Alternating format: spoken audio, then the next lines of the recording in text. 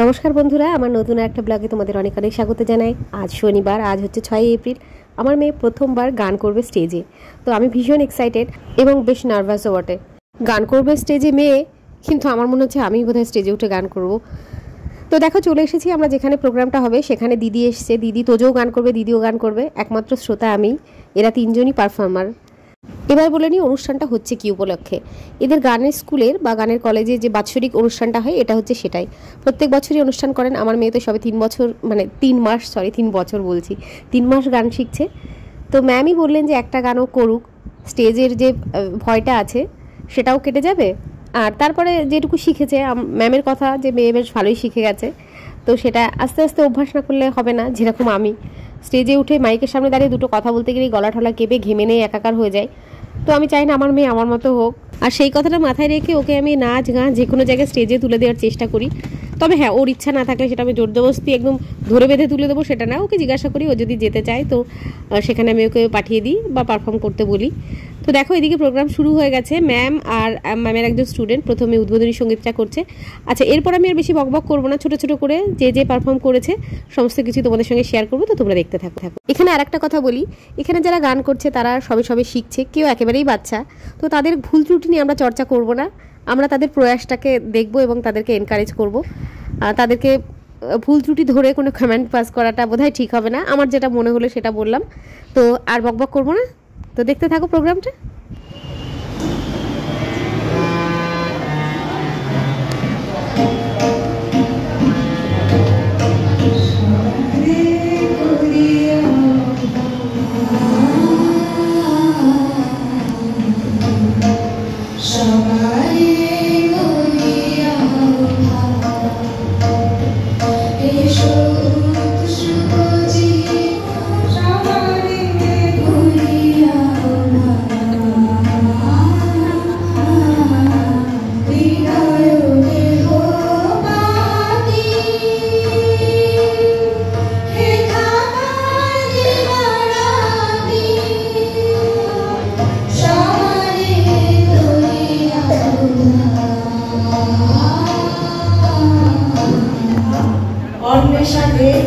সঞ্চারিতে কমলিকা মিত্র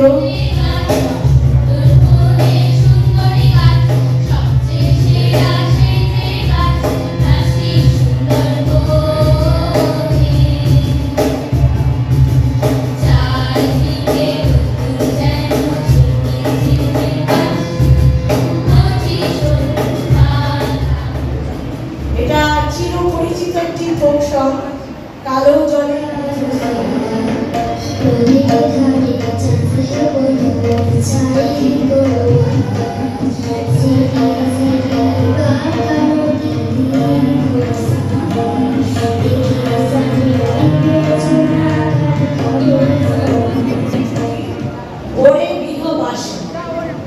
ওরে গৃহবাসী কোন দ্বার খোল।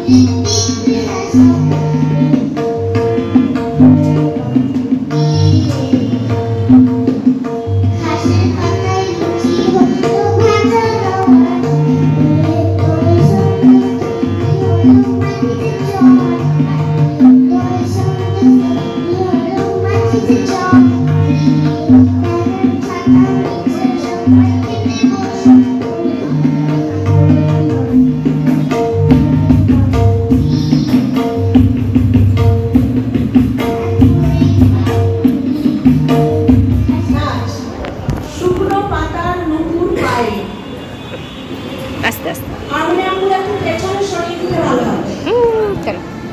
চলো। ওই কি বলছে? ডাকছে, ওই আন্টি ডাকছে। হ্যাঁ, প্রথম কাজী নজরুলের বিখ্যাত গান সবাই কথা আদর করছে। এই যে নাচি আদর করে দাও ঠামিকে।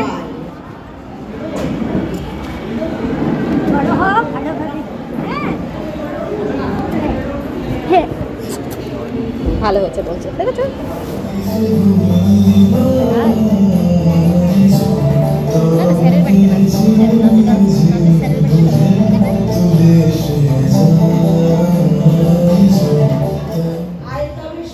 এরপরে আমাদের তোজোর গানের পালা, তো সেই জন্য তোজোবাবু এখন যাচ্ছে ড্রেসটা চেঞ্জ করতে। দিদি একটা পাঞ্জাবি ওর জন্য নিয়ে এসেছিলো আগে থাকতেই, তো সেটা অনেকক্ষণ থেকেই বলছে পর, কিন্তু তোজো কিছুতেই পরবে না, তো শেষ মুহূর্তে রাজি হয়েছে, এখন যাচ্ছে চেঞ্জ করতে।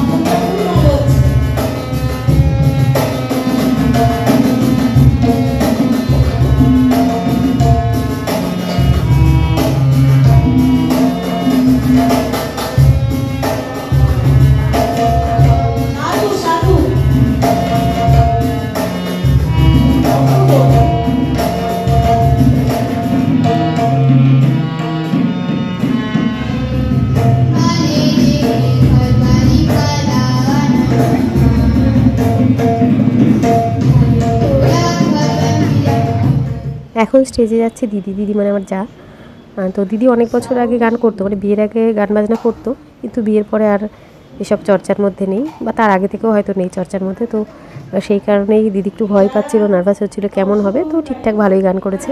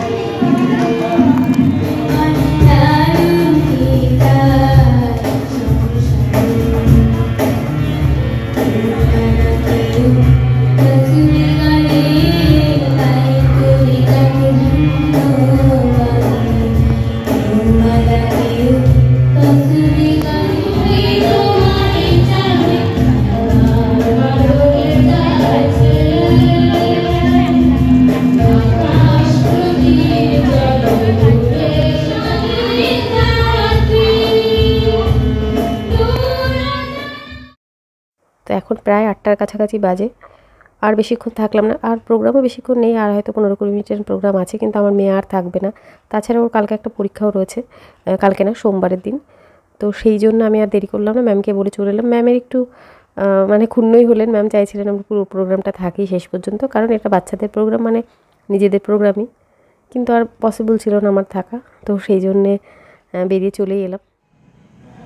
তো বাড়িতে এলাম প্রায় 8:30টার কাছাকাছি, এসে একটু চা করলাম, মেয়েকে ফ্রেশ করলাম, নিজে ফ্রেশ হলাম, হয়ে তারপরে চাটা করলাম, চা খাওয়া হয়ে গেছে।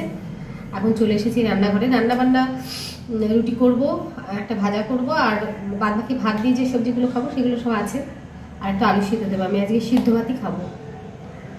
তো চলো, অলরেডি বেজে গেছে অনেকটাই, 9:26 বাজে। তো আগে রুটিটা করে নিয়ে বাবার খাবারটা দিয়ে দেবো, তারপরে বাকি কাজটা করবো। তো চলো, তোমরা সঙ্গে থাকো, দেখতে থাকো। খুব সুন্দরভাবে কাটলো আজকে সন্ধেবেলাটা। অনেক দিন পর এত সুন্দর একটা নির্ভেজাল আনন্দময় সন্ধে কাটালাম, যেখানে কোনো টেনশন ছিল না, কোনো দায়িত্ব বা কিছু না, শুধু আনন্দ। হ্যাঁ, টেনশন ছিল না বললে ভুল হবে, বাচ্চাটা পারফর্ম করবে তার একটা টেনশন ছিল, কিন্তু সেটা ওই লেভেলের টেনশন না। এই টেনশনটার মধ্যেও একটা আনন্দ ছিল। তবে একটা খারাপ লাগা কাজ করছিল যে মেয়ের বাবা আসতে পারলো না। তবে কিছু করার নেই, কাজকর্মের মধ্যে ছিল। তারপরে একজন যদি এসব নিয়ে ব্যস্ত থাকে, একজনকে আবার বাড়িটাকেও সামলাতে হয়। দুজন মিলে এসে মেয়ের পেছনে পড়ে থাকবো, সেটা আর সম্ভব নয়, এই আর কি। তবে হ্যাঁ, মেয়েটারও একটা কিছু প্রাপ্য আছে, চাহিদা আছে, সেটাও একটা বিষয়। মেয়েও ডিজার্ভ করে, বাবা মা দুজনই ও যেখানে যাবে বা ও লাইফের যে স্টেপটা নেবে, সেখানে বাবা মা দুজনই ওর সঙ্গে থাকাটা দরকার। তবে হ্যাঁ, সবসময় সেটা সম্ভব হয় না। তবে আমি চেষ্টা করব আমার মেয়ে যাতে যেটুকু ডিজার্ভ করে বা যেটুকু পাওনা, সেটুকু যেন ও পায়, সেটা খেয়াল রাখার চেষ্টা আমি নিশ্চয়ই করব। এদিকে দেখো, এসে ভাত বসিয়ে দিলাম। আগে ফ্রেশ হয়ে নিয়েছি। তো এই ভাত বসাতে এসেছি, এখন অলরেডি 9টার বেশি বাজে। তো ভাতটা বসিয়ে দিয়ে আগে রুটিটা করে নেবো। 9:30টার মধ্যে বাবার খাবারটা দিয়ে দেবো। একটু আগে দিলেই সুবিধা হয়, কিন্তু বাবাকে আগে খাবার দিলেও বাবা যে তাড়াতাড়ি খেয়ে শুয়ে পড়বে সেটা নয়, বাবা শুতে সেই দেরিই হয়ে যায়। বাবা যাতে একটু তাড়াতাড়ি ঘুমায়, সেই জন্যই একটু আগে খাবার দেওয়ার ব্যবস্থা। না হলে তো বাবাকে 10টার আগে খেতোই না। তো এখন সবাই মিলে বলে আমরা বাড়ির লোকজন প্লাস কাকারা সবাই বলে ঠলে বাবা এখন মোটামুটি 9:30টার মধ্যে খেয়ে নেয়। আর চেষ্টা করি, খুব অসুবিধা না হলে আমি 9:30টার মধ্যে চেষ্টা করি বাবার খাবারটা দিয়ে দেওয়ার। তো এখন এই দেখো, একটুখানি বেগুন ভাজবো। আজকে আর কিছুই করবো না, একটু ডাল রয়েছে আর এই বেগুন ভাজা, এটা দিয়ে বাবা রুটিও খেয়ে নেবে আর আমাদের ডালের সঙ্গে ভাজাও হয়ে যাবে। আর তার সঙ্গে যদি ডিম ভাজা খায় তো ওদের একটু ডিম ভাজা করে দেবো। আমি আর ডিম ভাজা খাবো না। তো ব্লগটা আর বেশি বড় করবো না, এখানেই শেষ করব। তোমাদের ভালো লাগলে লাইক, কমেন্ট অ্যান্ড শেয়ার করে দিও। আর যদি আমার চ্যানেল নতুন দেখে থাকো, আমার ব্লগ যদি ভালো লাগে, আমাকে যদি ভালো লাগে, তাহলে আমার চ্যানেলটা সাবস্ক্রাইব করে দিতে পারো। তো আজকের মতো সবাইকে টাটা। সবাই ভালো থেকো, সুস্থ থেকো, সাবধানে থেকো। দেখা হচ্ছে পরের ব্লগে।